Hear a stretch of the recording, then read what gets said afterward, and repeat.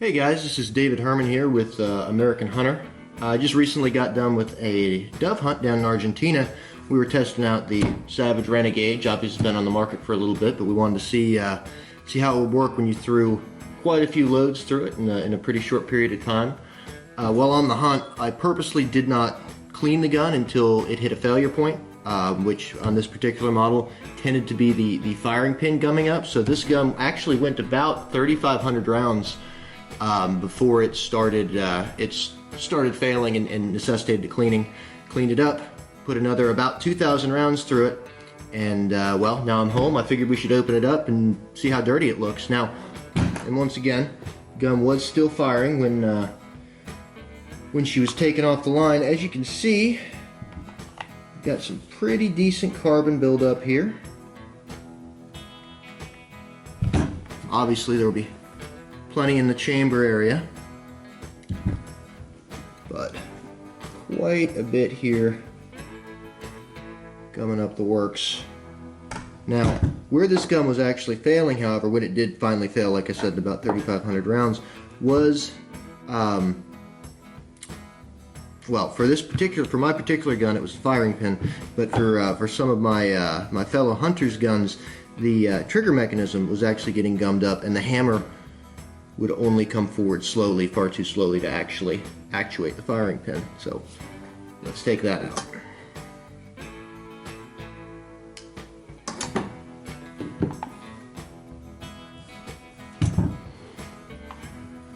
One of my big punches.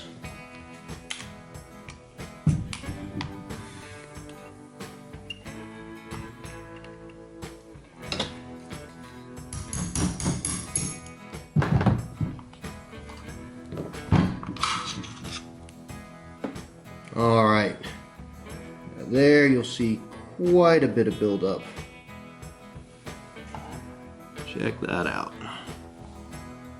Once again, was not too much for the gun in this particular case, but had I put about another 500 rounds through here, I have a feeling shots would have stopped firing pretty quickly.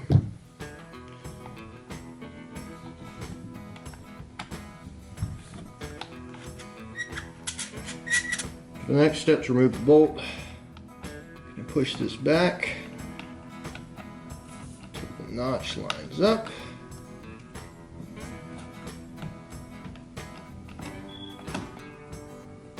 That pulls free. With the bolt handle removed,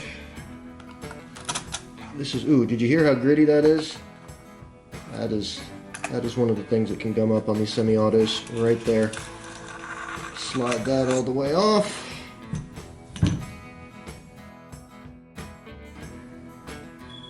That is, you can see the carbon locked up behind that there. That might take a little bit of prying. This loose here. Oh yeah, look at that carbon just dropping right out of there.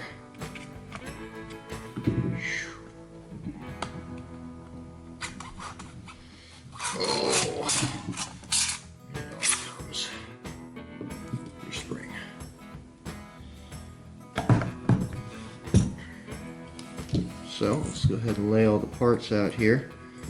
Once again, you can see the carbon just dropping off this thing, but this also gives you a good idea, of why the semi-automatic, particularly a gas-operated semi-automatic, is going to take quite a bit more cleaning,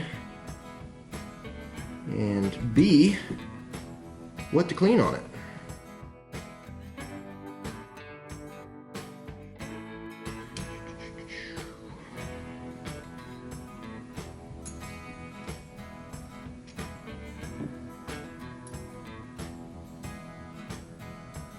So you'll see in here, and I actually cleaned it out with a mixture of water and some cleaning